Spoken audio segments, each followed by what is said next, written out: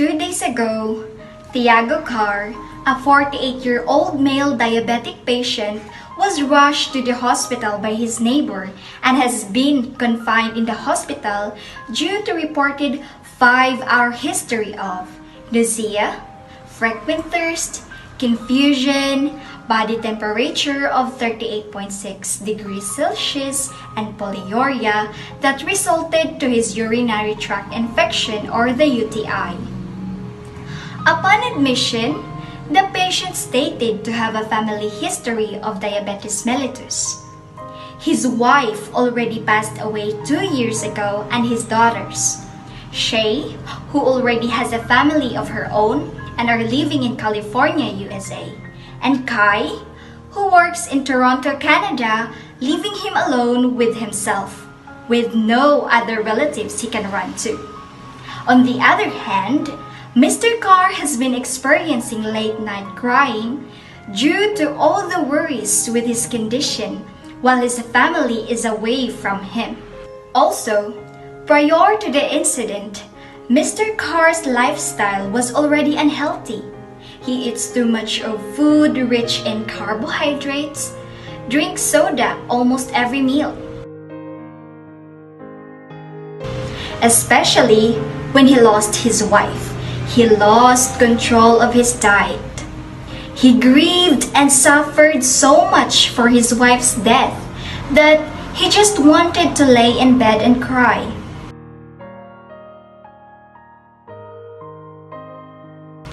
He would call her daughters through the phone, but mostly he gets declined. He spends his time mostly doing nothing and have neglected the importance of doing physical activities. He even spends most of his days eating and most of his nights drinking alcohol to sleep.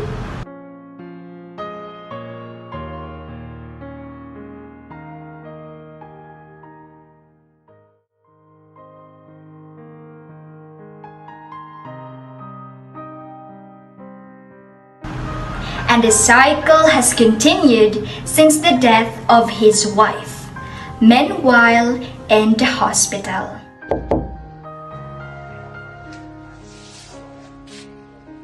Good day, sir. I'm Nurse Jeevers, and I'm going to do my routine check with you. How are you, sir? I'm feeling good. I think my fever is slowly fading, but I'm still a bit thirsty at times.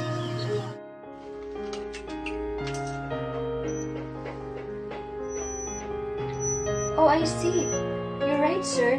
Your temperature is going normal, which is 35.7. Your fever is really slowly fading. And also, about your thirst, that's because excess glucose build up in the blood of diabetic patient. If filter and absorb the extra glucose, your kidney have to work overtime. When your kidneys can't keep up, the extra glucose is excreted into your urine, pulling fluids from your tissues with it makes you dehydrated. Are you okay, sir? You look sad. Is there something bothering you? It's been days I have been this sad. Come to think of it, I lost my wife 2 years ago. I miss her and my daughters. They're not here with me. Shane is in Canada and Kara is in Australia. Both of them is living abroad. I don't think if they will be able to visit me right now. The feeling is very melancholic. If they were here, I would recover easily. Sir, it's normal to miss someone, but don't let this absence hinder for your recovery. Let it be your strength. Come to think of this, sir. Your wife is watching you from above. She'd be sad knowing you're struggling in sorrow with your current bearing. You have to be strong, sir. I don't know. I just really wish they are here with me right now. Don't mind if I ask? Can you please buy me 1 liter of water? I'm thirsty. Of course, sir, for a while.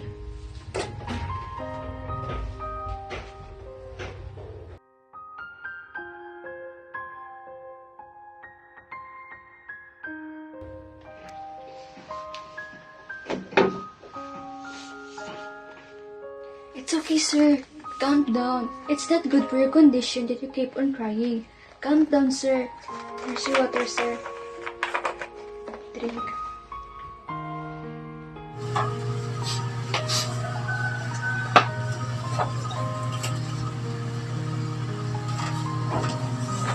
Mr. Carr drinks water. When Nurse Gia assisted Mr. Carr's back in his bed, she felt that Mr. Carr's fever went back.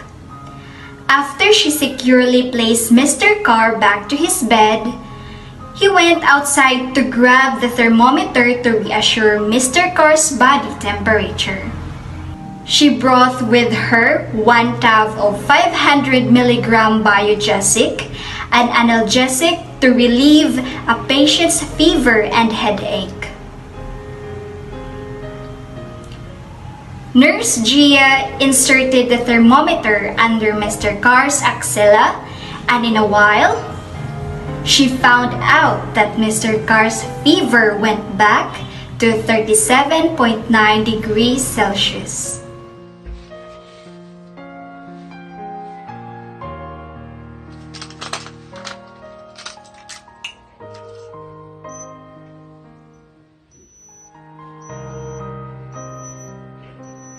Sir, your fever went back to 37.9 degrees Celsius. You have to take this tab, sir.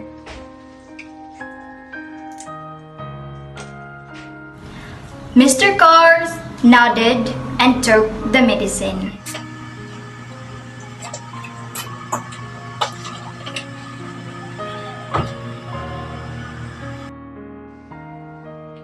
Oh, sir. I'm afraid, but I think I might have to go already. It's the next shift time now. Should it be fine, sir? Yes, of course, I understand. But before I leave, sir, I want you to be reminded of what we have talked earlier, sir. Don't let the sadness overcome you, sir. Because missing someone who lived is just a part of moving forward. And it's indeed normal. So let's just focus on your recovery and make your wife as well as your family be happy for fighting your condition. Shall we? I'll do my best, Nurse Jane. Thank you. I appreciate your effort. I felt happy to hear that from you, sir. Thank you so much for trusting me, sir, and you may have a fast recovery.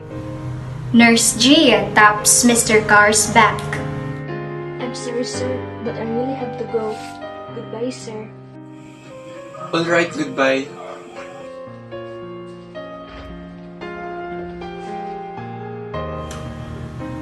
While waiting for the other nurse, Mr. Carr recalled what the nurse had said to him.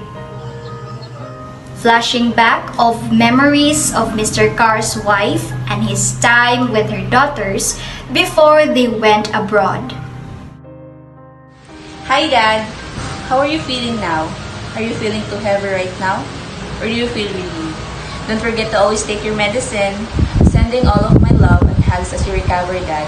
By the way, I have to end the call because there's so much more need to be taken at work. Get well soon. Wishing you have a fast recovery. Love you. Bye. Hey, Dad! I'm glad to see you again. How are you, Dad? Do you feel better now? I hope you will recover as soon as possible. I miss you so much, Dad. Dad, I'm sorry I am busy. I have to go. I will call you again maybe later or tomorrow. Take good care of yourself, Dad. I love you. Bye, Daddy. After 2 hours, Nurse Rose knocks the door. Hello, sir. Good evening. I am Nurse Rose. I'm going to do my routine check with you tonight until tomorrow morning. Sir, how was your day, sir? I am fine, one. However, I'm still sad. Oh, I see. May I know the reason why you are sad, sir? Go ahead, sir. You can share it with me, and I'll be here to listen. I sometimes get to the point where I feel hopeless with everything. I even often find myself crying right because of the sadness. I don't think that I could ever survive my condition. I have no family around who can be with me. I lost my wife and my daughters is so far away. I'm wishing that they're beside me. Oh, I see. But sir, the fact that you're still here and alive is already an indication of how strong you are as person. And honestly, sir, I admire you for that. I've appreciated how you fought and how you did your best to survive this life even when you were left alone. That's such a great strength, sir. Thank you so much, nurse. All that you have said is indeed and give me a motivation. It's flattering to know that I have motivated you, sir. I just want you to remember to always look on the brighter side. Because you are strong, sir. You have survived many of your bad days, so there's no way you can survive this time. And for sure, sir, your wife in heaven is so proud of you. So keep fighting. And here's a plan, sir. How about we work together so that you could recover faster and then you could go see and be with your family the soonest you get discharged, sir. Is it a deal? Maybe I should really focus on my recovery so that I could go and see him. Count me in with that plan. The brave heart you have there, Mr. Carr. You'll surely get to see your family in no time. Is there anything else that you need, sir? Nurse Rose, I'm good. But before I leave, sir, I want you to be reminded of some things. As much as possible, try prioritizing a 10-minute exercise daily. Then you eat your fruits there on your table. Also, you already know what is or what is not to eat, like the sugary edibles. Thank you so much, nurse. No problem, sir. Communication plays a vital role in the nurse-client relationship, thus the birth of the so-called therapeutic communication. Through this process, it enables the nurse to establish a well-founded relationship with the client that at the same time enables the nurse to pursue or successfully carry out the nursing process. Therapeutic communication, on the other hand, specifically in the case of Mr. Carr, to have him be calm and as well as to give him hope amidst the struggle that he is going through. The art of nursing comes in the way through this therapeutic communication that not only do sciences has its way to pay the needs of the patients or the clients, but as well as the art of nursing, one of which is the therapeutic communication, in which why every nurse has to own and must practice this method to help them promote the client or the patient's physical, mental, spiritual, social, and especially their emotional well-being, as this by some means may encourage the patient to redirect themselves and concentrate towards achieving optimum or the best possible health. This case, especially this act, is a message that it is not only the medicines, the regimens, and any scientific remedial methods that may help in aiding the patient towards achieving the goal of having the best possible health, but also it is the words that may come out from the health practitioner's mouth, such as our nurses, or the so-called therapeutic communication that brings an impact and change towards the outlook of a person's life. With this, with the use of therapeutic communication, both the nurse and the client are able to effectively and efficiently carry out the nursing process in which enables them to achieve the best possible health. So that would be all, and thank you so much for watching.